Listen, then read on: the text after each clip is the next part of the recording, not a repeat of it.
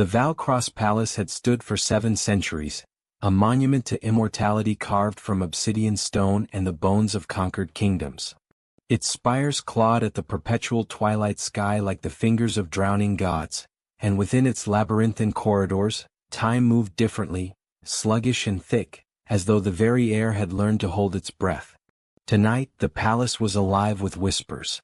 Courtiers in silk and shadow gathered in clusters, their pale faces turned toward the grand hall where the Crimson Court would soon convene. They spoke in hushed tones of border skirmishes, of human rebellions in the eastern territories, of blood taxes and the thinning veil between their world and the mortal realm. Princess Seraphine Valcross moved through these corridors with the fluid grace of centuries, her footsteps silent against the cold marble floors. She was a vision of terrible beauty, porcelain skin that had never known the sun's touch, eyes like garnets soaked in wine, and hair that cascaded down her back in waves of midnight silk. Her gown, a masterwork of shadow and embroidery, bore the silver runes of her house: protection, dominion, eternity. The fabric whispered secrets as she walked, and the flickering crimson candles that lined the walls bowed their flames in deference to her passing. She had ruled the western provinces for 200 years, a princess born into power and molded by duty. Her father, the eternal king, had long ago retreated into his private chambers, leaving the governance of their immortal empire to his children. Seraphine had proven herself worthy, ruthless when necessary, strategic always, beloved by some and feared by most. She had learned early that mercy was a luxury their kind could ill afford, that compassion was a doorway through which enemies slipped knives into hearts that no longer beat. Yet tonight, as she made her way toward the throne room where matters of state awaited her verdict, something felt different. The air carried a weight she couldn't name, a pressure against her skin like the moments before a storm breaks. The palace itself seemed to be holding something in its ancient stones, a secret humming just beneath the threshold of hearing. Seraphine paused at a junction where 3 corridors met, moonlight streaming through tall Gothic windows to paint silver patterns on the floor. She tilted her head, her enhanced senses reaching outward, searching for the source of her unease. It was then that the scent reached her. Human. Smell. Leather and steel, sweat and determination, the bitter tang of old wounds and the sweeter notes of something else, something that made her dead heart remember what it had once felt to skip a beat. The scent was specific, intimate in its familiarity, and it struck her with the force of a physical blow. Her body froze mid-step, one foot hovering above the marble, her eyes widening as recognition crashed through her consciousness like a wave breaking against cliffs. Dust particles hung suspended in the moonlight, glowing like tiny stars, and in that moment of absolute stillness, Seraphine was no longer a princess of the undying court. She was a girl again. 18 in mortal years, newly turned and terrified, lying broken in a forest clearing while her killers closed in around her.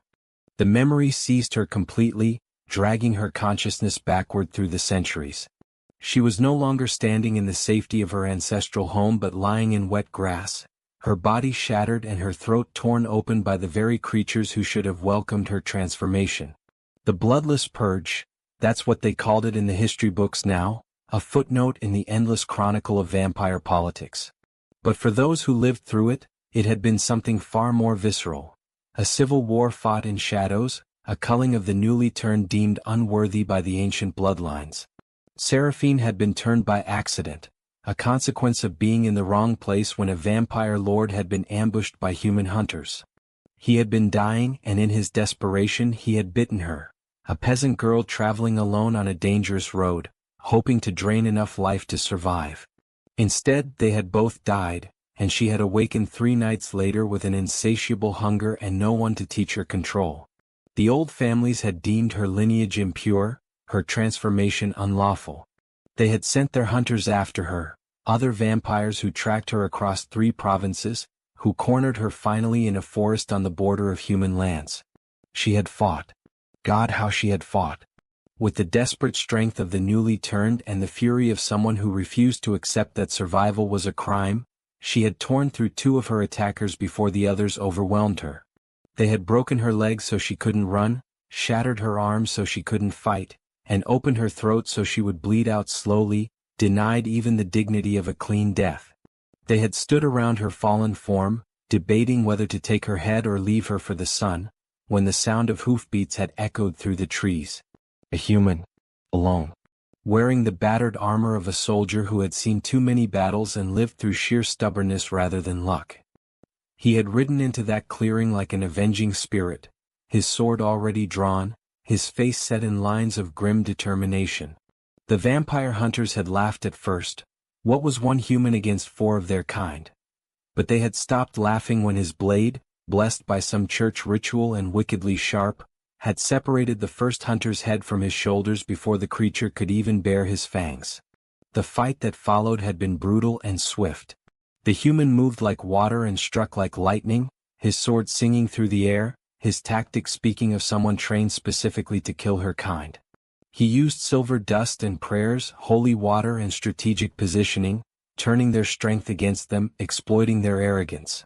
When the last hunter fell, clutching at a stake through his heart, the human had turned to face Seraphine where she lay dying in the grass. She had expected him to finish what the others had started. Instead, he had knelt beside her, his breath ragged and his face spattered with black vampire blood, and he had pulled a vial from his belt, thick red liquid that smelled of life and copper. Human blood, freely given and preserved with herbs. "Drink," he had commanded, pressing the vial to her lips. "You don't deserve to die like this. No one does." She had been too weak to question, too desperate to refuse. The blood had burned like fire and tasted like salvation, and it had given her just enough strength to begin healing, to pull her broken body back together through sheer will and the dark magic that now flowed through her veins. The human had stayed with her through the night, keeping watch, applying poultices to her wounds that shouldn't have worked on vampire flesh but somehow did, speaking to her in a low, steady voice about nothing and everything. The weather, the war, the price of bread in the nearest town. "Why?" she had finally managed to whisper as dawn approached and she felt the pull of death sleep beginning to claim her. "Why would you save me?" He had looked at her with eyes the color of storm clouds, and something in their depths suggested he carried his own burdens, his own ghosts. "Because I've spent 3 years killing monsters," he had said quietly. "And tonight the real monsters were the ones I just put down. You were just trying to survive." He had built her a shelter from fallen branches and his own cloak, deep enough in the forest shadow to protect her from the coming sun. "Hide here. And if we meet again, try not to eat me." Then he had mounted his horse and ridden away, leaving her with questions she would carry for 2 centuries. Seraphine's consciousness slammed back into the present with enough force to stagger her. Her hand shot out to brace against the cold stone wall, her breath coming in unnecessary gasps, a habit from her human life that she'd never entirely broken. The scent still hung in the air, impossible and undeniable. That same combination of leather, steel, and something indefinably him. But it couldn't be. 200 years had passed. Even if he had survived the wars that followed, and few human soldiers had, he would have died of old age long ago, his bones dust, his name forgotten by all but her. Yet the scent didn't lie. Her kind couldn't be fooled by perfumes or disguises. They knew blood and life with an intimacy that transcended mortal understanding. This was him. Older perhaps. Changed by time as humans inevitably were. But unmistakably him. The man who had saved her life when he had no reason to, who had shown her that perhaps the divide between her kind and his was not as absolute as she had been taught. Seraphine forced herself to straighten, to reimpose the mask of royal composure that she had perfected over 2 centuries. But her mind raced, calculating possibilities and impossibilities with equal fervor. If he was here in her palace, it was not by accident. Humans did not simply wander into vampire strongholds. They were brought, usually as prisoners or blood servants, occasionally as ambassadors during times of tense peace. The current political climate was fractured. The human kingdoms to the south had been growing bolder, their priests developing new weapons against her kind, their soldiers learning tactics that actually worked. Several border fortresses had fallen in recent months, and whispers spoke of a new order of vampire hunters, led by someone who understood their enemy too well. Could he have become that? Could the man who had saved her life now be the one leading armies against her people? The thought sent something cold and sharp through her chest, an emotion she had long ago convinced herself she no longer possessed. Betrayal? Disappointment? Or perhaps something more dangerous. The realization that people changed, that mercy shown once did not guarantee allegiance forever, that 200 years was an eternity in human terms and he would have had a lifetime to regret his compassion. She needed to know. Protocol demanded she continue to the throne room, where matters of state awaited her judgment, where courtiers would be watching for any sign of weakness or distraction. But protocol had never caged her before, and she was a princess. She could rewrite the rules by simple virtue of speaking them.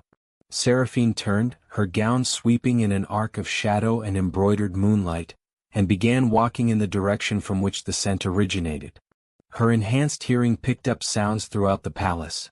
Heartbeats of the mortal servants, the whisper of other vampires moving through distant corridors, the crackle of fires in great hearths. And there, strong, steady, unhurried, a single human heartbeat that called to her across stone and shadow. The corridor led her toward the eastern wing, where visiting dignitaries were housed when diplomacy required their presence. Seraphine's mind catalogued recent arrivals. An emissary from the southern human kingdoms had been granted audience, scheduled to present petitions tomorrow night. Could it be? After 2 centuries, could fate truly be so theatrical as to bring him back to her not as an enemy but as a representative of the people she ruled over with such careful distance? She rounded a corner and stopped. At the far end of the corridor, silhouetted against a tall window through which moonlight poured in silver torrents, stood a man. He was facing away from her, looking out at the palace grounds below, and even from this distance she could see that time had left its marks on him. His hair, which she remembered as dark brown, was now threaded heavily with gray. His shoulders, still broad, carried themselves with the slight stoop of someone who had borne too much weight for too long. But the way he stood, the set of his spine, the positioning of his feet, ready to move, to fight, to defend, that was exactly as she remembered. He wore no armor now, just the formal attire of a diplomatic envoy, dark leather traveling clothes beneath a surcoat bearing the seal of Thornhaven, one of the more progressive human kingdoms. But she could see the scars on his hands where they rested on the window ledge, the careful way he held himself that spoke of old injuries never fully healed. He was a warrior still, even dressed for peace. Seraphine took a step forward, and though she made no sound, he turned. And when their eyes met across that corridor lit by moonlight and memory, she saw recognition mirror her own in his storm-gray gaze. For a long moment, neither of them moved. The space between them was more than physical distance.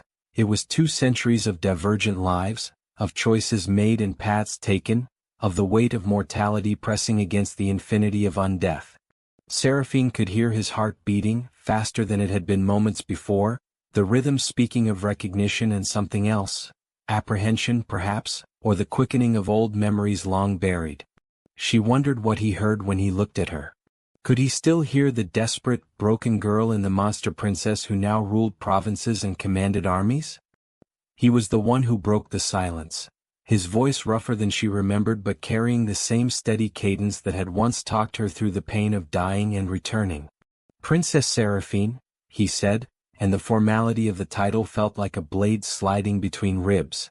He bowed, a precise diplomatic gesture that acknowledged her rank without servility. "I see the years have been kind to you. Though I suppose that's the nature of your condition." There was no malice in his tone, just statement of fact, but Seraphine felt something twist inside her anyway. "The years have no choice but to be kind to me," she replied, her voice cool and controlled, every inch the royal she had become. "They cannot touch me. You, however?" She let her gaze travel over him, noting every sign of time's passage with an intensity that was almost painful. "You've grown old, soldier." "Envoy," he corrected gently. "I stopped being a soldier a long time ago. These days I just carry messages between your kind and mine, hoping to prevent the wars instead of fighting them." He stepped away from the window, moving into the fuller light, and she could see his face clearly now.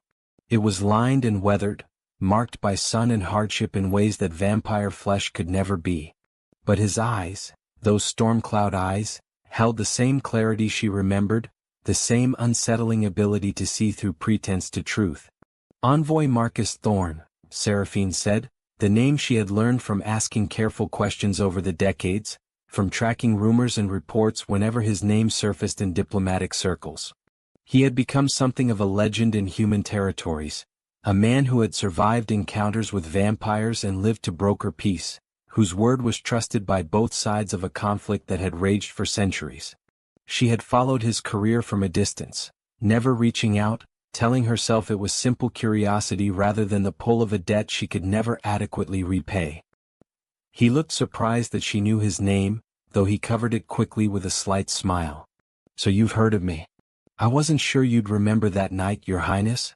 It was a long time ago and you were not yourself." "I remember everything," she said, and the words came out sharper than she intended. "My kind doesn't forget. We can't. Every moment is preserved in perfect clarity, amber-trapped and eternal. I remember how you rode into that clearing like you had nothing to lose.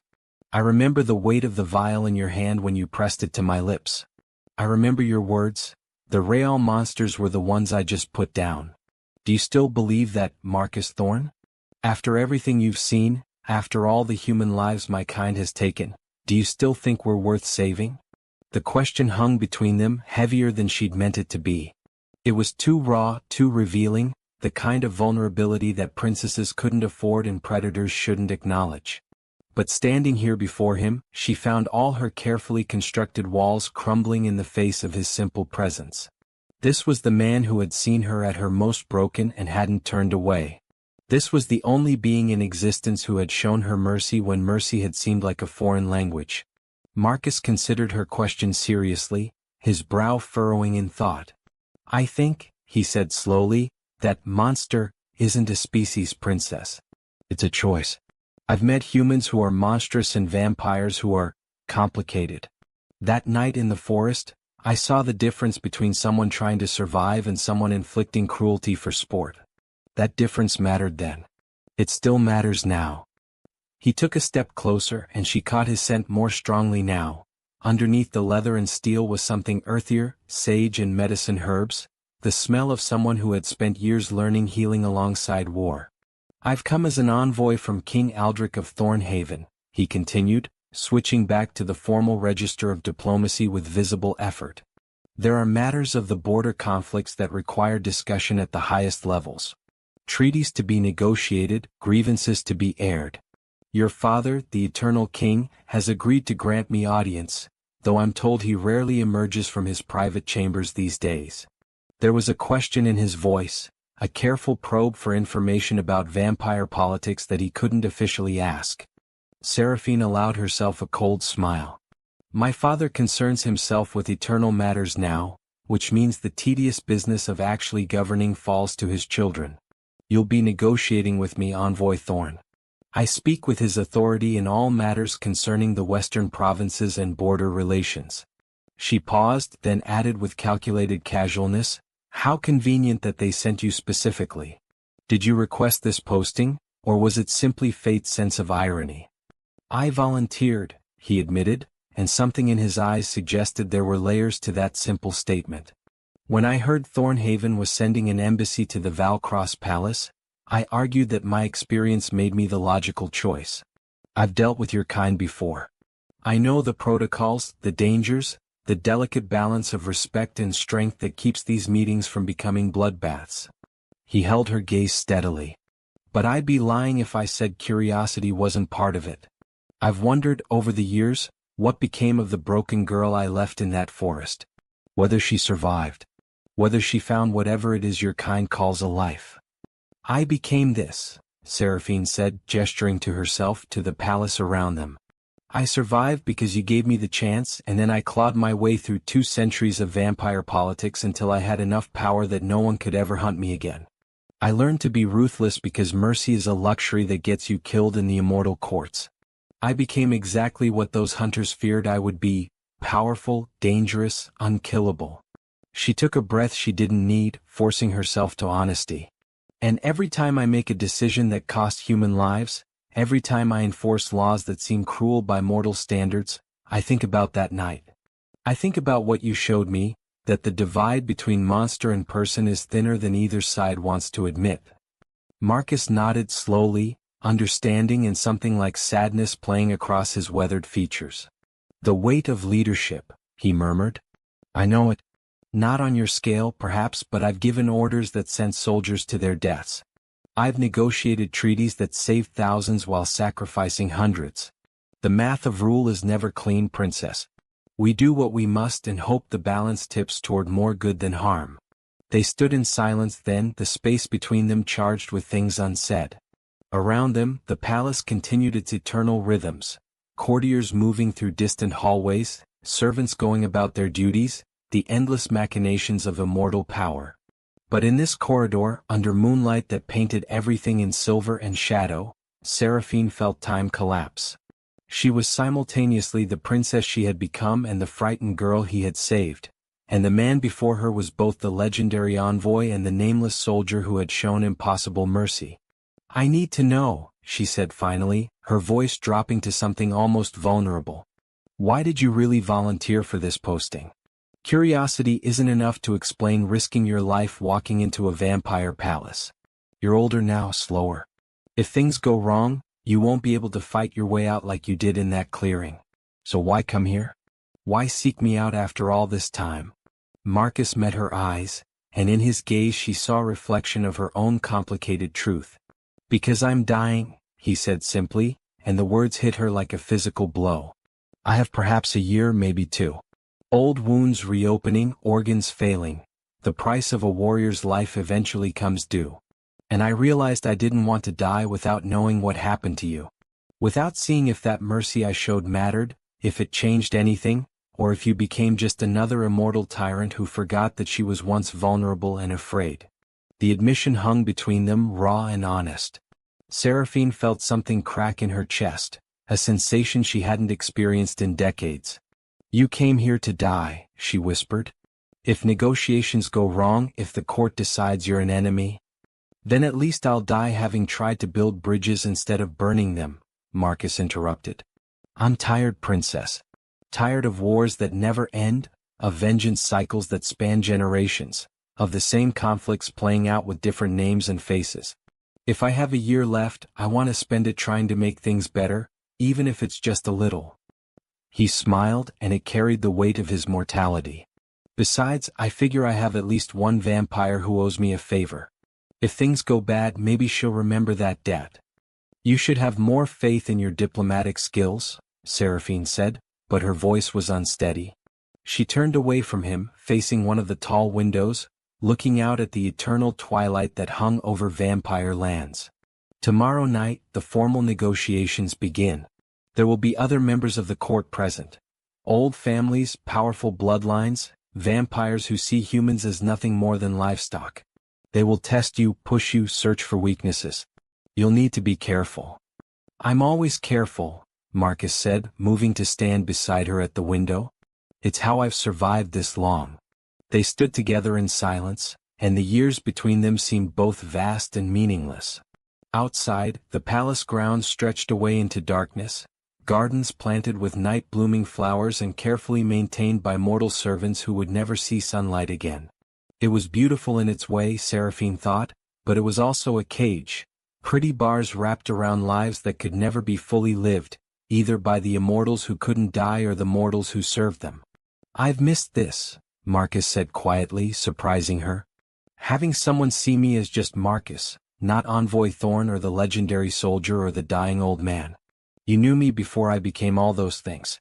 Before I had to be careful and diplomatic and constantly calculating. In that forest I was just a man doing what felt right, and you were just someone who needed help. There was a purity to it that I haven't felt since. Seraphine turned to look at him, really look at him, seeing past the gray hair and the lines and the weight of years to the core of who he had been and apparently still was. I've missed being seen, she confessed. Really seen. Not as Princess Seraphine the political chess piece or Seraphine the vampire lord or Seraphine the unkillable. You saw me broken and helped me anyway. You didn't see a monster or a tool. You just saw someone who needed saving. She reached out, hesitated, then let her hand rest lightly on his arm. Through the fabric of his sleeve, she could feel the warmth of his living flesh, the pulse of blood through veins that would one day cease flowing. Thank you, she said simply. I never got to say that properly. Thank you for my life such as it is. Marcus covered her hand with his own, his skin weathered and scarred against her pale perfection. You're welcome, he replied. And for what it's worth, I'm glad you survived. I'm glad you became powerful enough to protect yourself. Even if it came with costs. The following night arrived with the inevitability of death itself, which, Seraphine mused, was appropriate given the subject matter of the coming negotiations. She had spent the day in death sleep, her consciousness suspended in that peculiar void where vampires dwelled during sunlight hours, but her last waking thoughts had been of Marcus and the impossible tangle of past and present his arrival represented. Now, as she prepared herself in her private chambers, she found her reflection, visible to her kind despite the myths, showing a face that betrayed nothing of the turmoil beneath. Her ladies-in-waiting, themselves vampires of lower bloodlines bound to her service, helped her dress in formal court regalia. The gown was a masterwork of intimidation and elegance. Midnight silk that seemed to absorb light rather than reflect it, embroidered with silver runes that spoke of her lineage and power, cut to emphasize both her beauty and the predatory nature underlying it. Her hair was arranged in an elaborate style that incorporated small rubies that looked like drops of fresh blood. Her wings, usually kept folded in casual settings, were fully displayed, vast expanses of midnight membrane stretched over elegant bone structure, marked with the same silver runes as her gown. You seem distracted tonight, Your Highness, observed Lady Thessa, one of her senior attendants, as she fastened a choker of silver and black diamonds around Seraphine's throat. Thessa was old even by vampire standards, nearly 4 centuries, and possessed the unsettling ability to read emotions in a way that made her either an invaluable advisor or a dangerous liability, depending on one's perspective. The negotiations will be complex, Seraphine replied neutrally, meeting Thessa's knowing gaze in the mirror. The human kingdoms have been growing bolder. This envoy will have demands we may not be willing to meet. The envoy, Thessa repeated, her tone suggesting layers of meaning. The one who arrived last night. Marcus Thorne, isn't it? I've heard interesting things about him. They say he's killed more vampires than any hunter in 3 generations, yet he's also brokered more peace treaties than any diplomat in living memory. A contradiction of a man. The best humans usually are, Seraphine said, standing and allowing the gown to settle around her. Contradictions make them unpredictable. Unpredictable makes them dangerous. Thessa smiled, revealing delicate fangs. Or interesting. When was the last time something genuinely interested you, princess? Not challenged your power or threatened your position, but actually interested you as a person beneath the crown. The older vampire tilted her head, her ancient eyes seeing too much. You've been the perfect princess for so long, ruthless, strategic, untouchable. Perhaps this human envoy is dangerous in ways that have nothing to do with politics. Seraphine felt a flash of annoyance that she carefully suppressed. Thessa was too valuable to rebuke, and besides, she wasn't wrong. Ensure the throne room is prepared, she commanded, deflecting. Full court attendance. I want the human to see the extent of what he's negotiating with. If he's here to broker peace, he needs to understand the power structures he's dealing with. Of course, Your Highness. Thessa bowed, but her smile suggested she knew exactly what Seraphine was avoiding. The throne room of Valcross Palace was designed to inspire awe and terror in equal measure. Vast as a cathedral, its vaulted ceiling disappeared into shadow despite the hundreds of crimson candles and enchanted crystals that provided illumination. The walls were adorned with tapestries depicting the history of vampire dominion, conquests, coronations, and courtly scenes rendered in threads of precious metals and dyes that had cost human lives to create. The throne itself sat on a raised dais at the far end, carved from a single piece of black obsidian and inlaid with silver veins that formed the words of ancient contracts written in languages predating human civilization. On either side of the throne room, the court had assembled. Vampire nobility in all their terrible beauty, ancient bloodlines wearing fashions from every era of their long existences, their eyes reflecting the candlelight like predators caught in torchlight. Lord Malachi, head of the War Council, stood in his archaic armor, a warrior from ages past who had never stopped fighting even after the wars ended.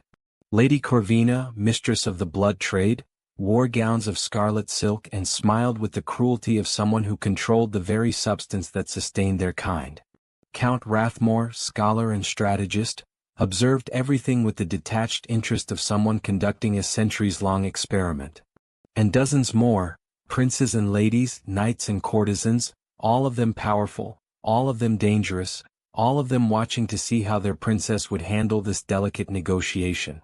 Seraphine took her position on the throne, arranging herself with perfect composure, her wings spread in a display that took up the entire width of the dais. She was power incarnate, immortality made manifest, every inch the princess born to rule. If she felt anything about the man who would soon be brought before this assembly, her face betrayed nothing. The great doors of the throne room opened with a resonance that echoed through the vast space. Marcus Thorne entered, flanked by 2 vampire guards but not restrained, a gesture of diplomatic courtesy that could be revoked in an instant if circumstances changed. He walked with steady confidence, his eyes adjusting to the dim illumination, taking in the assembled court with the practiced assessment of someone who had faced danger many times and learned to catalog threats quickly. He had dressed formally for the occasion, dark leather breeches and a tunic of deep forest green under a traveling cloak embroidered with the seal of Thornhaven. He wore no visible weapons, though Seraphine would have been surprised if he didn't have at least a silver knife hidden somewhere. His gray hair was pulled back, revealing the full extent of his weathered face, and he carried a leather satchel that presumably contained documents and proposals for negotiation. As he approached the throne, the assembled vampires watched with the intensity of predators sizing up prey. Seraphine could feel the hunger radiating from some of them, not physical hunger though that was always present, but political hunger, the desire to see this negotiation fail, to have an excuse to demonstrate their power over the human kingdoms. The peace had lasted too long for some of the old families. They missed the clarity of open conflict, the simplicity of domination without the tedious complications of diplomacy. Marcus stopped at the appropriate distance from the throne and executed a perfect bow, deep enough to show respect, shallow enough to maintain dignity. "Princess Seraphine," he said, his voice carrying through the vast chamber. "On behalf of King Aldrich of Thornhaven and the Alliance of Southern Human Kingdoms, I bring greetings and proposals for continued peace between our peoples." "Envoy Thorn," Seraphine replied, her voice cool and formal, the voice of a ruler rather than the woman who had stood beside him in moonlight speaking of debts and memories. "Your arrival has been anticipated. These negotiations come at a crucial time, as tensions along our borders have escalated in recent months. We will hear your proposals with the seriousness they deserve." She paused, then gestured to the assembled court. "But know that you speak not only to me but to the nobility of the western provinces. We are many and our interests are varied. What you ask may not be easily granted." Marcus nodded, understanding the subtext. He would need to convince not just her but the entire power structure that surrounded her. "I understand, Your Highness. What I propose benefits all parties, though it will require compromise from both our kinds." Lord Malachi stepped forward from the assembly, his ancient armor creaking. "Compromise?" He spat the word like poison. "What would a human know of compromise? Your kind breeds like rats, spreading across lands that were ours long before your primitive kingdoms existed. You develop weapons specifically designed to kill us, you train hunters who slaughter our people, and then you come here speaking of compromise." His voice rose with each sentence, echoing through the chamber. "We should drain this one dry and send his body back as our response to their proposed negotiation."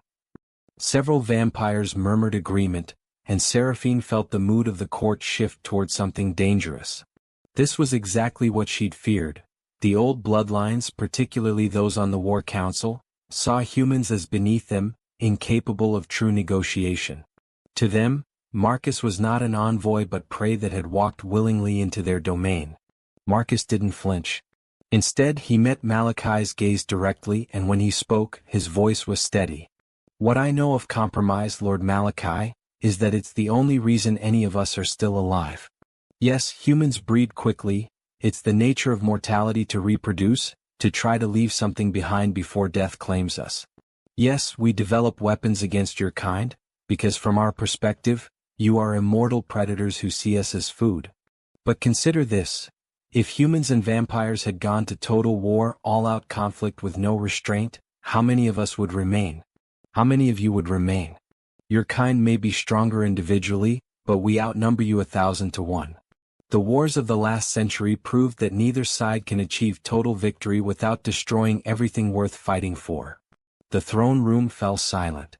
Several vampires looked affronted, but others, older, wiser ones like Count Rathmore, nodded slightly in acknowledgement of the point. Marcus continued, addressing the entire assembly now rather than just Malachi. I come here not to beg for mercy or to demand concessions from a position of strength. I come because my king believes, and I believe, that we can find a better way to coexist than the current state of armed hostility punctuated by fragile treaties. We share this world. That fact isn't changing. The question is whether we share it as enemies who occasionally stop killing each other, or as neighbors who have learned to live in sustainable balance. Beautiful words, Lady Corvina said, gliding forward with predatory grace. But words don't feed our young. Words don't satisfy the hunger that defines our existence. You want sustainable balance? We require human blood to survive. How exactly do you propose we obtain it without treating humans as the resource they are? This was the core issue, the central problem that underlay all vampire-human relations. Seraphine watched Marcus carefully, curious how he would handle this fundamental incompatibility. She had wrestled with it herself for 2 centuries, administering a system of blood taxation that kept her provinces fed while trying to minimize human suffering. It was an impossible equation with no clean solution. Marcus reached into his satchel and withdrew a sheaf of documents.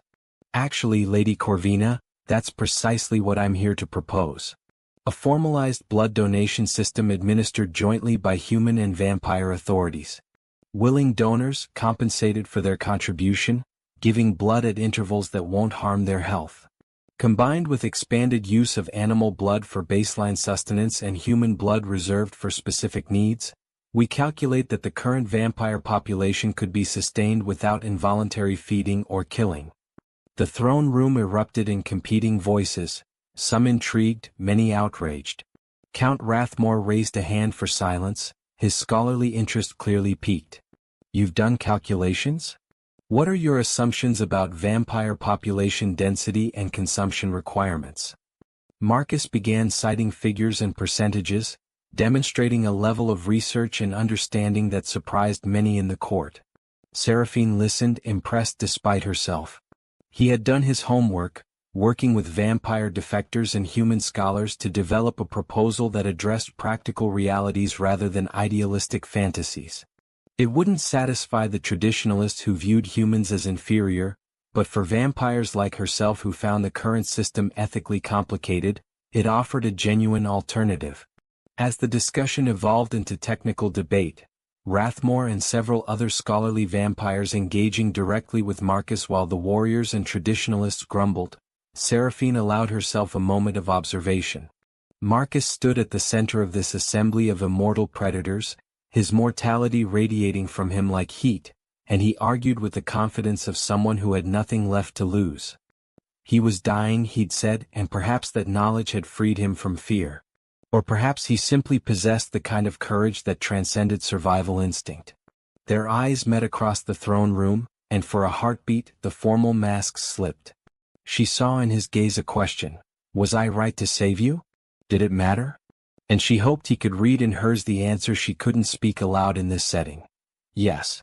It mattered more than you know. The negotiation stretched across 3 hours, the discussion evolving from hostile interrogation to something approaching genuine dialogue. Marcus proved to be a skilled negotiator, giving ground on points that didn't matter while holding firm on core principles, demonstrating understanding of vampire culture while refusing to accept their superiority as given truth.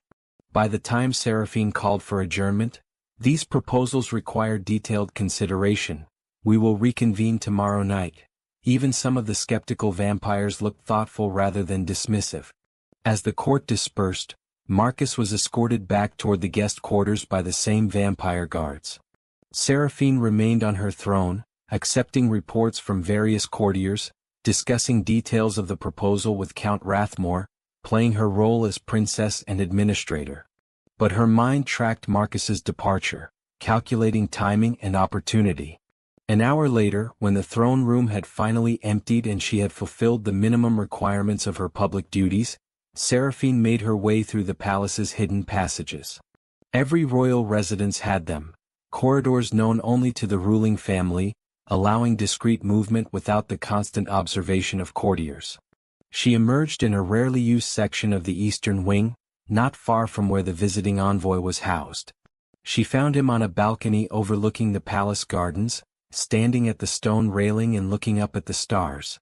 The night was clear, the sky scattered with distant lights that had witnessed the rise and fall of countless civilizations.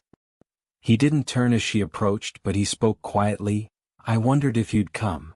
"Curious or hoping?" Seraphine asked, moving to stand beside him. "Both." He glanced at her, taking in her formal court attire. "You were impressive in there. Every inch the powerful princess.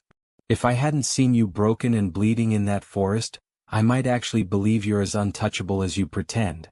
"I am untouchable," Seraphine replied. "I made myself that way. Power is the only thing that matters in vampire society, and I have accumulated enough that no one dares challenge me directly." She paused. "But you're right that it's a performance. Leadership is always a performance. You know that as well as I do." Marcus nodded, turning back to contemplate the gardens below. "Your proposal system, the blood donation infrastructure, it's actually brilliant.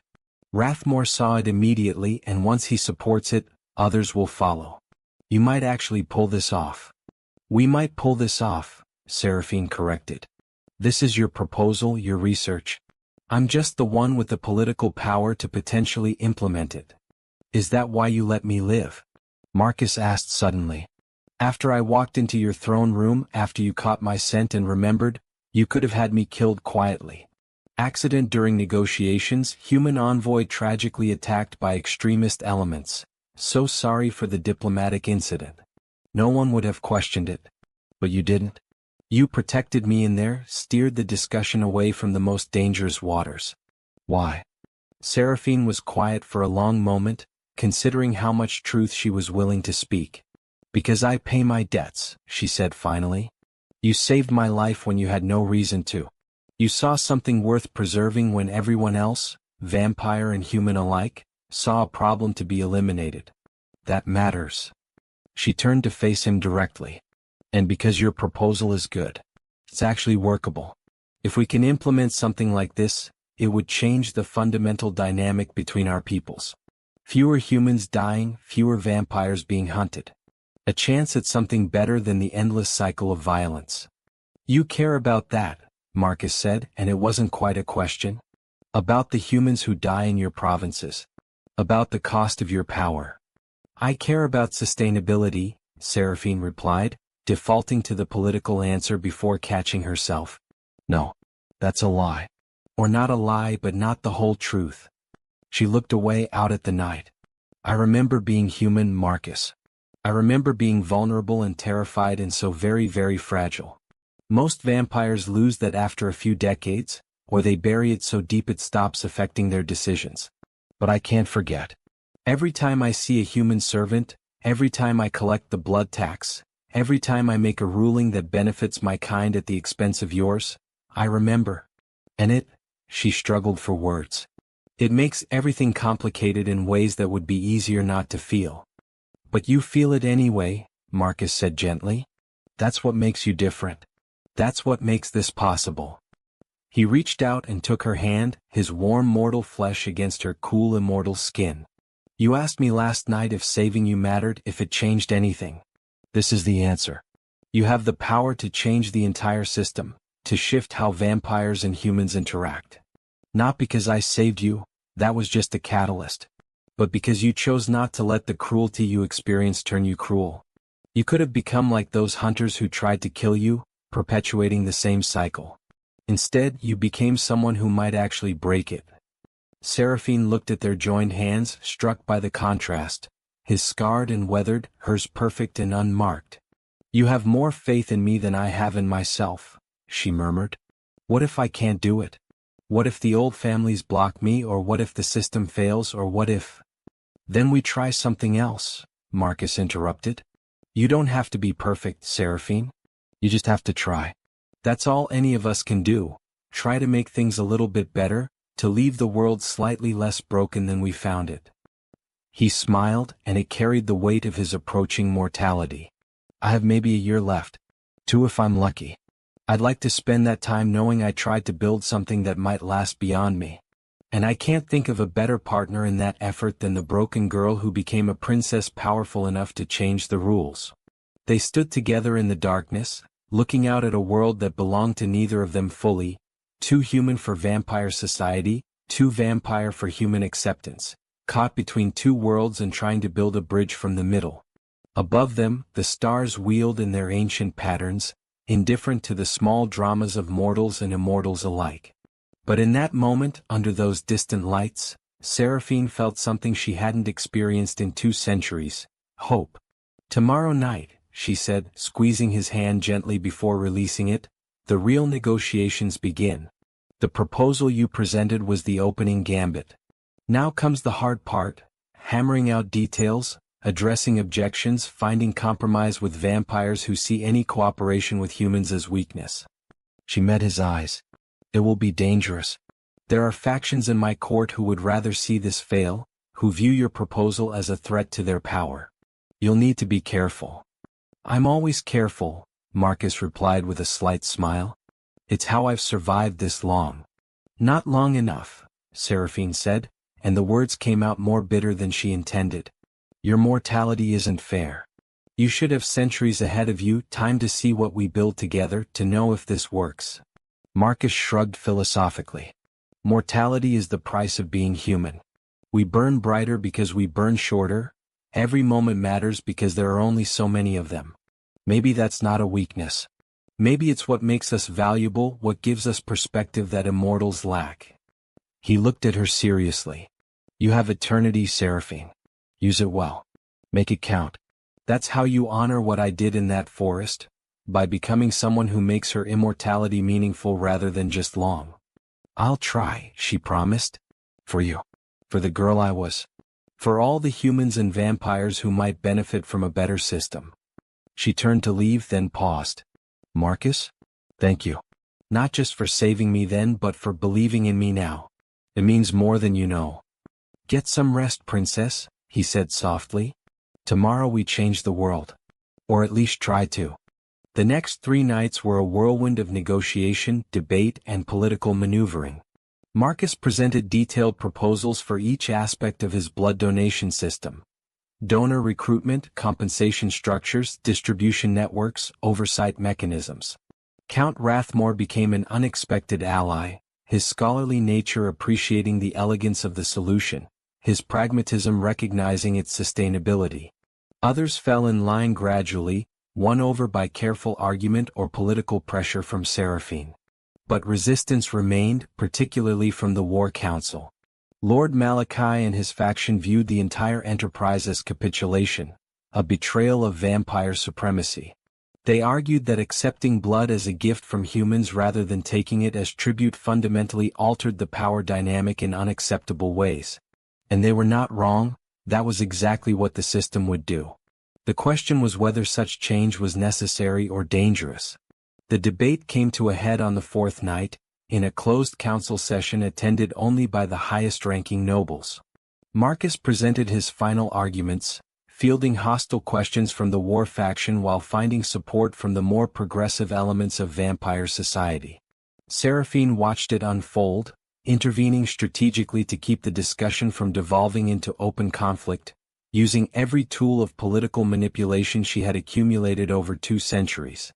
But as the argument stretched past midnight, Lord Malachi played his final card. Your Highness, he said, addressing Seraphine directly while ignoring Marcus, I call for a formal challenge.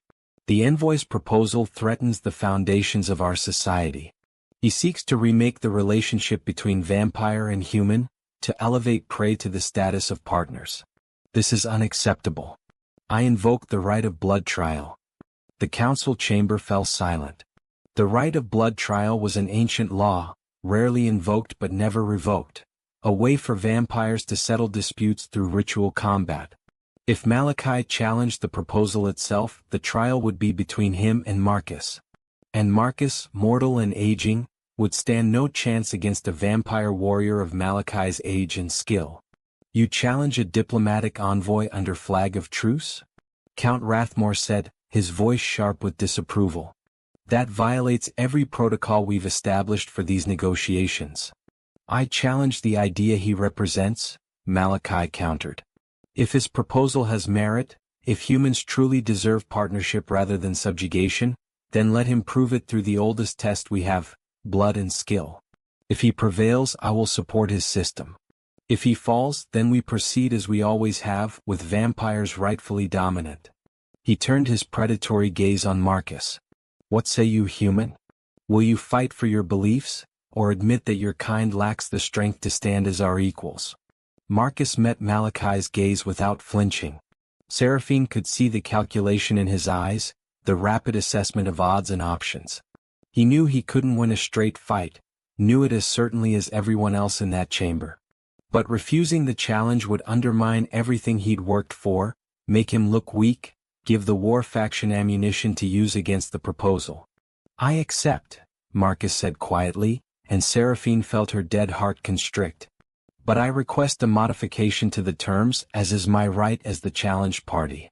Rather than combat between Lord Malachi and myself, I propose a champion duel. He may select a champion to fight in his stead, and I will select one to fight in mine. Clever, Seraphine thought. It followed the ancient rules while acknowledging practical reality. But who would champion him? Most of the vampires who supported the proposal were scholars and administrators, not warriors. And no one would risk fighting Malachi. He was legendary even among their kind, a warrior who had survived 3 centuries of vampire conflicts without a single defeat. I will champion the envoy's cause, Seraphine said, standing from her seat at the head of the council table. The words were out before she fully processed them, instinct overriding careful calculation. Every eye in the chamber turned to her. As Princess of the Western Provinces and chief negotiator of these talks, I have the greatest interest in seeing them succeed. If Lord Malachi wishes to challenge the proposal through blood trial, he will face me. The chamber erupted in shocked murmurs. Malachi looked equally surprised and pleased. This was even better than he'd hoped. If he defeated Seraphine, he wouldn't just kill the proposal. He'd remove a political rival and potentially open the way for the War Council to seize greater power. If she somehow defeated him, the proposal would proceed with the backing of the princess herself, her authority reinforced by victory. Princess, Marcus said urgently, stepping toward her, you don't have to. Yes, I do, Seraphine interrupted, meeting his eyes. You came here knowing you might die. You volunteered for this mission despite your failing health because you believe in what we're building. I won't let your courage be wasted on political games. She turned back to Malachi. I accept your challenge on behalf of Envoy Thorn's proposal. The duel will take place tomorrow night in the Court of Blood, under traditional rules. Do you agree to these terms? Malachi smiled, showing fangs. I agree, Your Highness. May the stronger prove their truth. After the council session ended, Marcus followed Seraphine back to her private chambers despite the impropriety.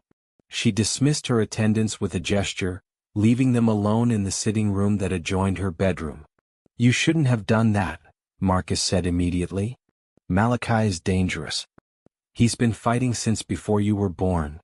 I've been fighting for 200 years, Seraphine replied, pouring herself wine from a decanter. She could drink it, though it provided no sustenance, and tonight she needed the ritual of it. I'm not inexperienced, Marcus. But are you his equal? Marcus pressed. I know you're powerful, but this is ritual combat against a warrior vampire. The stakes.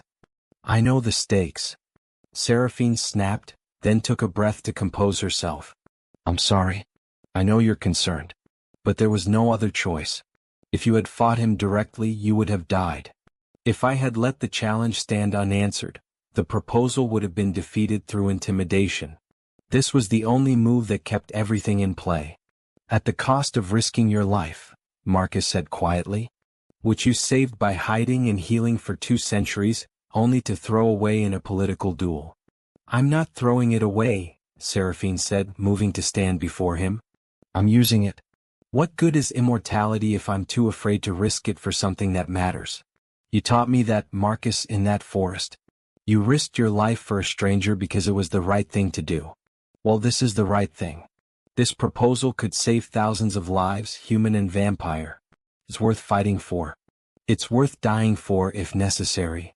Marcus reached up and cupped her face gently, his warm palm against her cool cheek. You're supposed to be the immortal one, he murmured. I'm the one who's supposed to make dramatic sacrifices. That was the plan. Despite the tension, Seraphine laughed. Plans change. You of all people should understand that. Promise me something, Marcus said seriously. Promise that you'll fight to win. Not to die nobly, not to make a statement, but to actually win. Because I need you alive, Seraphine. Not for the proposal, that matters but not as much as you do. I need you alive because you're the proof that mercy matters, that saving someone can change everything. You're the reason I still believe in this work. His voice dropped to barely a whisper. And because I've grown quite attached to you in these few short days. I'd like my remaining time to include more conversations on balconies, more moments of actually being seen. Seraphine felt something break open in her chest, a sensation she'd thought she'd locked away forever. I promise, she said. I'll fight to win. I'll survive this. And we'll have those conversations, Marcus. All the time you have left, we'll spend it building something that lasts beyond us both. He pulled her close then, and she let herself rest her head against his shoulder, breathing in his scent, leather and steel and mortality. For someone who had lived 2 centuries as predator, as ruler, as the unkillable princess, it felt strange and wonderful to simply be held by someone who knew her, really knew her, and cared despite or because of all she had been and become. Get some rest, he said eventually. Tomorrow you face a legendary warrior. You'll need all your strength. Tomorrow I prove that change is possible, Seraphine corrected. That mercy can be strategic. That the girl you saved became someone worth saving. She pulled back to look at him. Thank you for believing in me. Even when I didn't believe in myself. The Court of Blood was the oldest part of Valcross Palace, predating even the current structure by centuries. It was a circular arena carved deep into the bedrock beneath the palace, its walls bearing the scars of countless duels fought over millennia. Ancient vampire law held that the arena itself was neutral ground, that no magic beyond the combatants' natural abilities could function here, that outcomes were decided by pure skill and will. The entire vampire court assembled in the tiered seating that ringed the arena, a sea of pale faces and glittering eyes watching as the combatants prepared. Marcus stood among the observers, flanked by Count Rathmore and several other vampires who had supported the proposal. His face was carefully neutral, but she could feel his tension even from across the arena. Seraphine had dressed for battle, a reinforced bodice of black leather and silver chain, flexible enough to allow full range of motion, strong enough to deflect casual strikes. Her wings were fully extended, their span magnificent and terrifying. Her hair was pulled back in a severe braid, keeping it out of her face. She carried no weapon. Vampire duels were fought with natural abilities, fangs, claws, strength, speed, and the particular powers that manifested differently in each bloodline. Lord Malachi faced her from the opposite side of the arena, and he looked every inch the ancient warrior. His armor was ceremonial but functional, marked with the symbols of battles fought before Seraphine was born. His eyes glowed with anticipation. This was what he lived for, the purity of combat, the simplicity of strength against strength. The Arbiter, an ancient vampire older than both combatants combined, stepped forward to recite the formal rules. This is blood trial, convened under ancient law. The combatants fight until one yields, one is unable to continue, or one is destroyed. There is no dishonor in yielding. There is no mercy in continuation. The victor's position prevails in the matter under dispute. Do both combatants understand and accept these terms?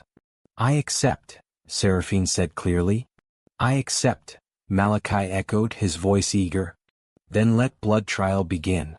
Malachi moved first, closing the distance between them with the supernatural speed that made vampires apex predators. Seraphine launched herself upward, her wings catching air and lifting her above his strike. From above she dove toward him, claws extended, aiming for his exposed back.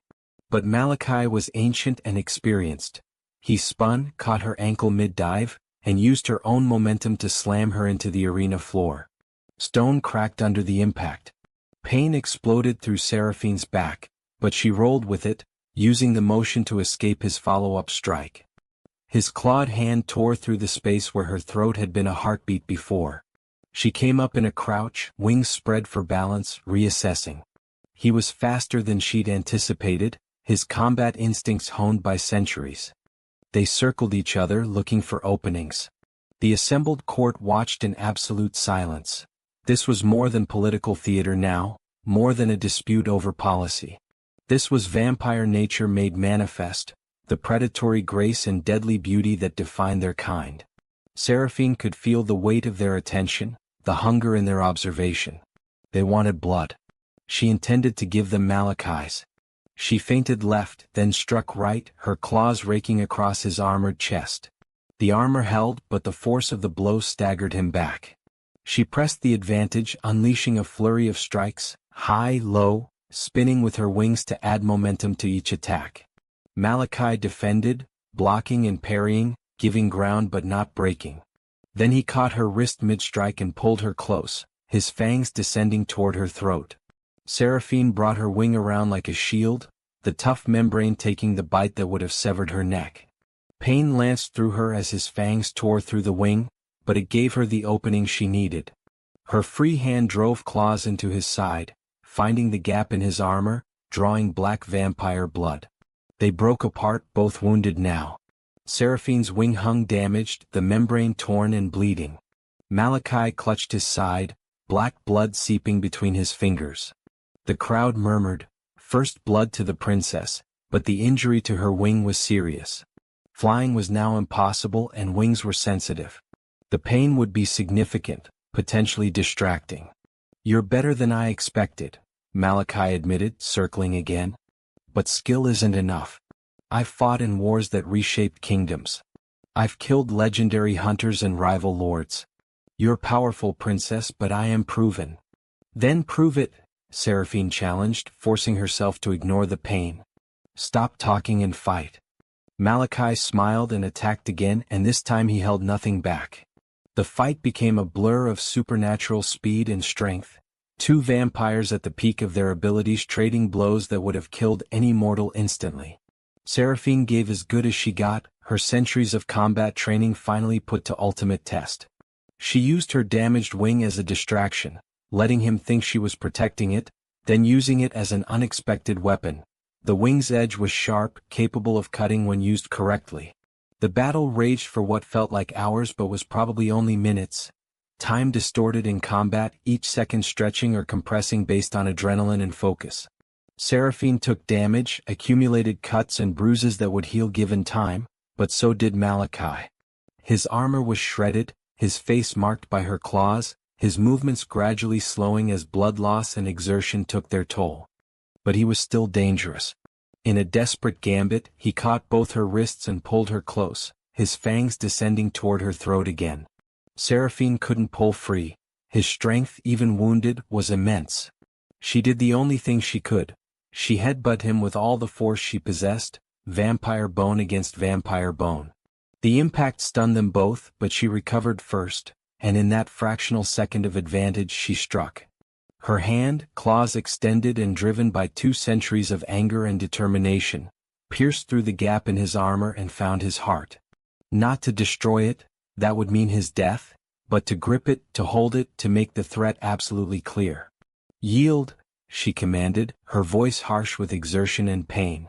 Malachi froze, feeling her claws around his heart, knowing she could tear it free and end his centuries of existence. Pride warred with survival in his ancient eyes. "You would spare me?" he asked, his voice strained. "If you yield and support the proposal, yes," Seraphine said. "You're a warrior, Malachi, not a monster. You fought for what you believed was right. I can respect that."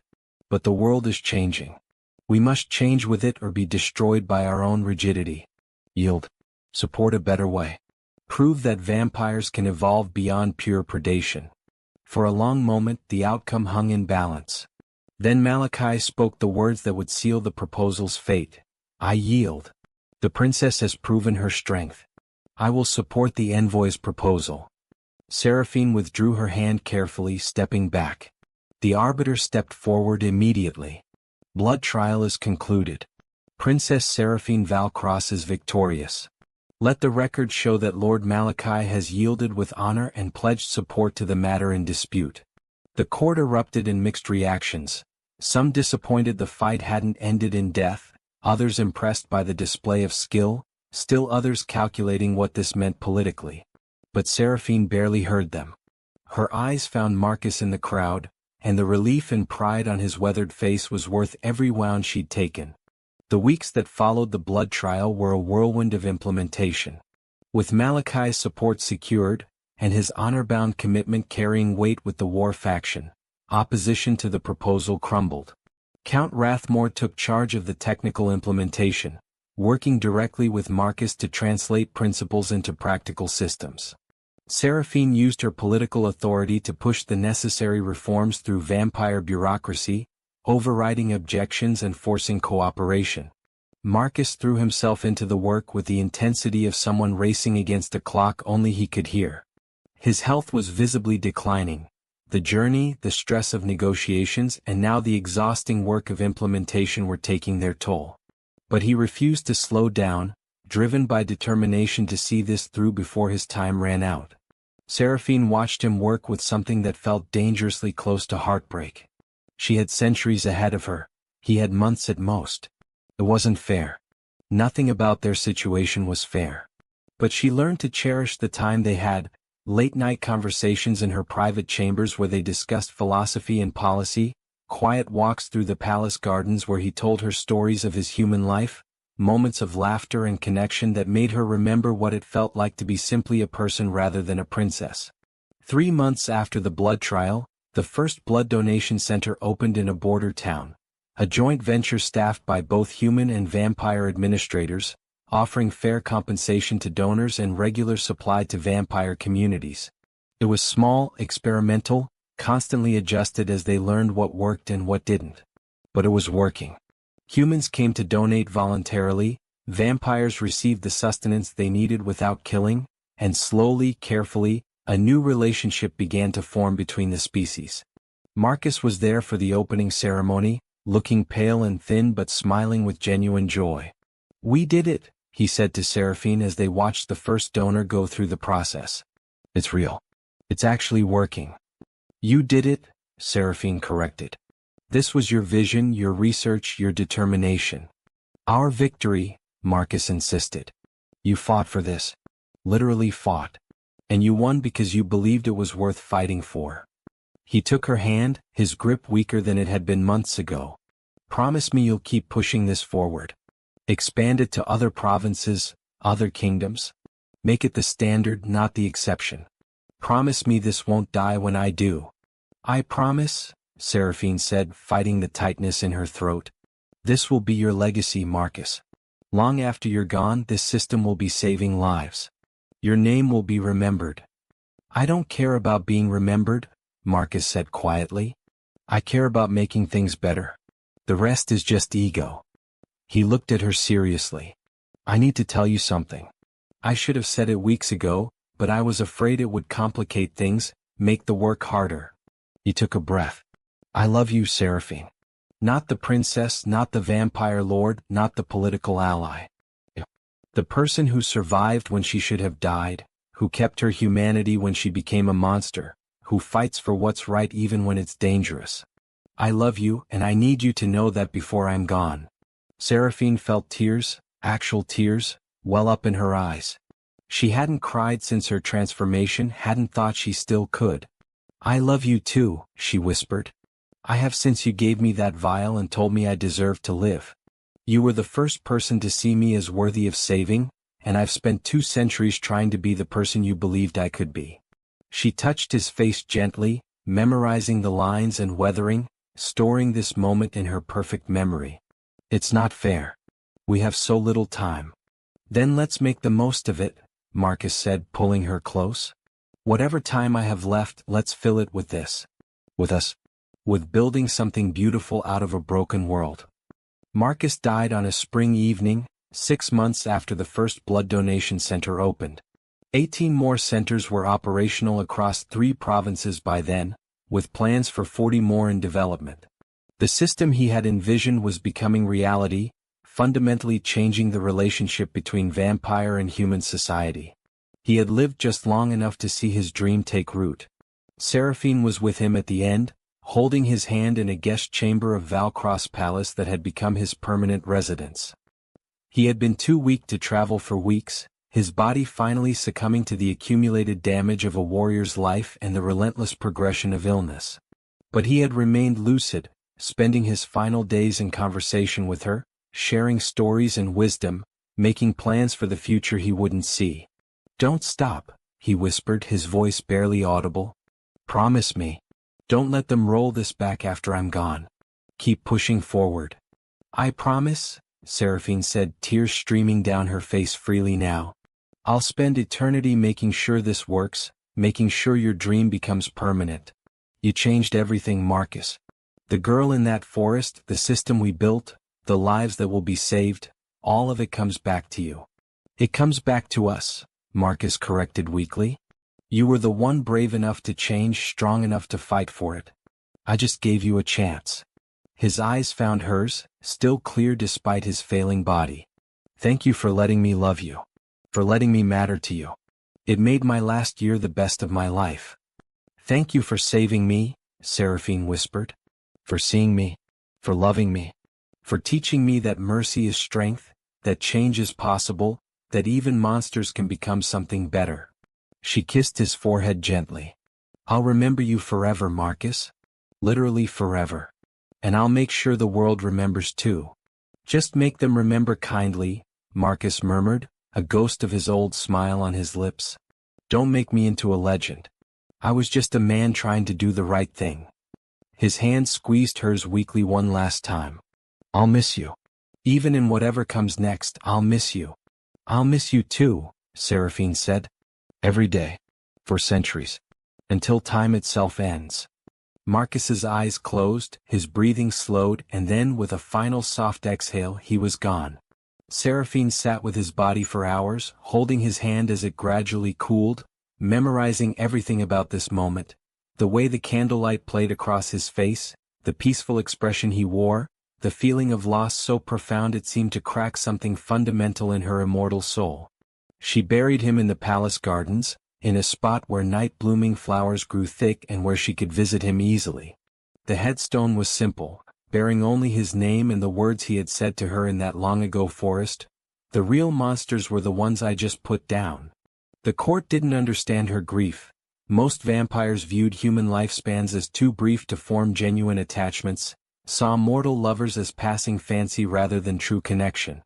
But Count Rathmore understood, and Lady Thessa, and the handful of other vampires who had worked closely with Marcus and seen the depth of what he and Seraphine had built together. They gave her space to mourn, to feel the loss, to adjust to a world that suddenly seemed emptier despite being exactly as full as it had been the day before. Weeks passed, then months. Seraphine threw herself into the work, expanding the blood donation system with relentless determination. Every center that opened, every policy that was reformed, every human life that was spared became a testament to Marcus's vision. She negotiated with other vampire territories, convincing reluctant lords that this system was sustainable and beneficial.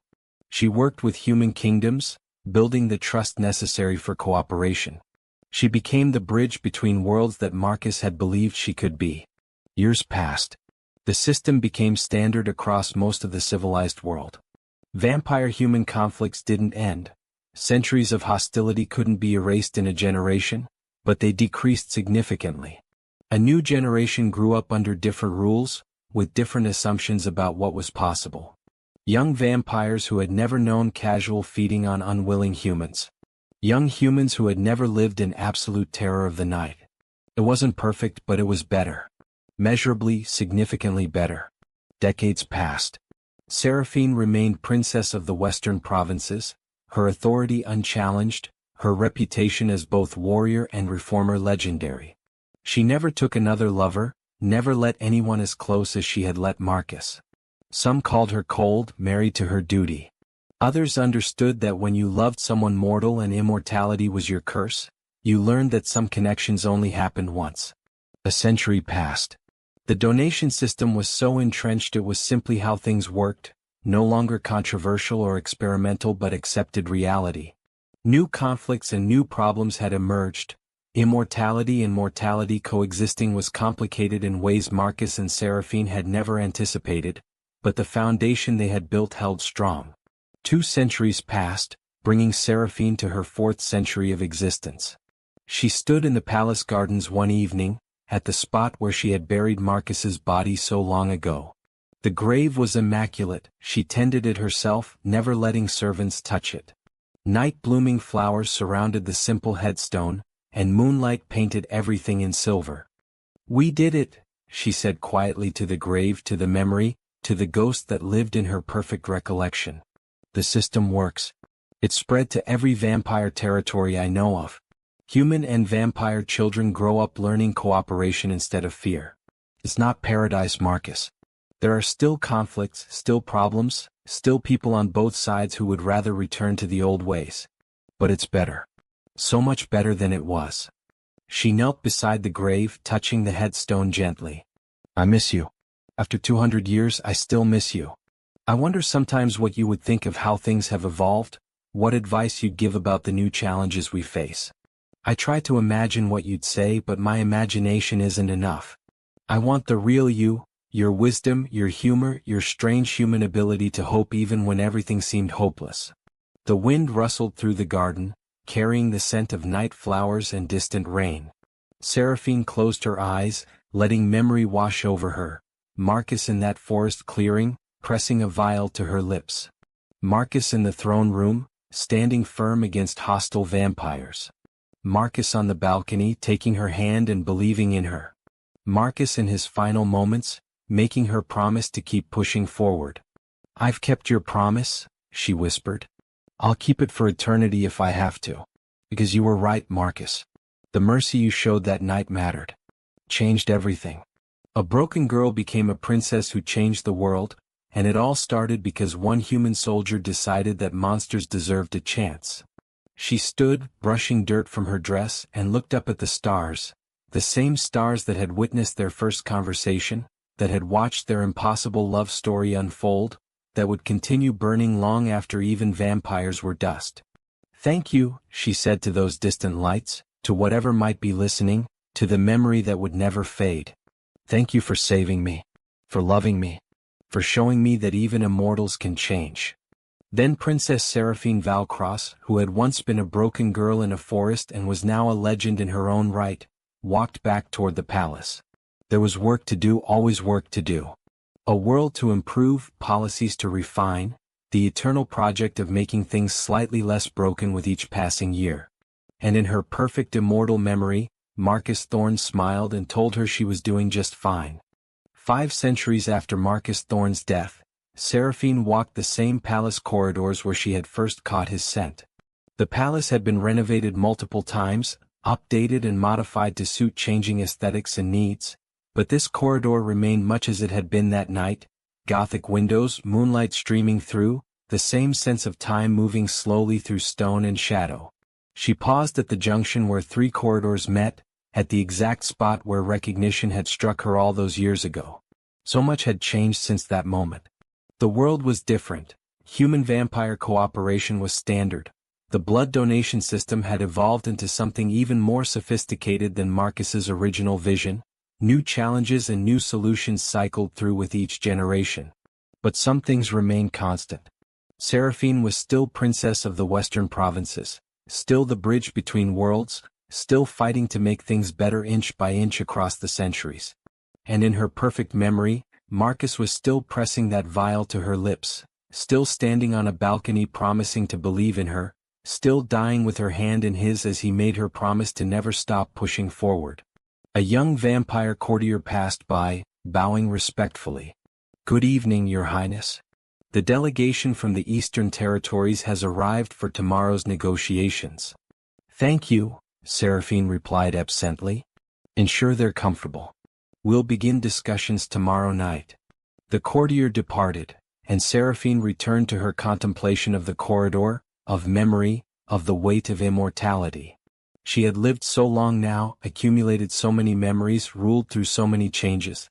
But that night when she caught Marcus's scent remained vivid, unchanged by time's passage. The moment when past and present collided, when a debt 2 centuries old became something infinitely more complex. I'm still here, she whispered to the empty corridor, to the ghost of memory, to the man who would never answer but whom she would never stop addressing. Still fighting. Still changing things. Still making sure your mercy mattered. And deep in the palace gardens, night-blooming flowers opened around a simple grave, tended with immortal devotion, a testament to the truth that some connections transcend death, time, and even the divide between mortal and immortal souls. The scent of those flowers drifted on the night wind, and Princess Seraphine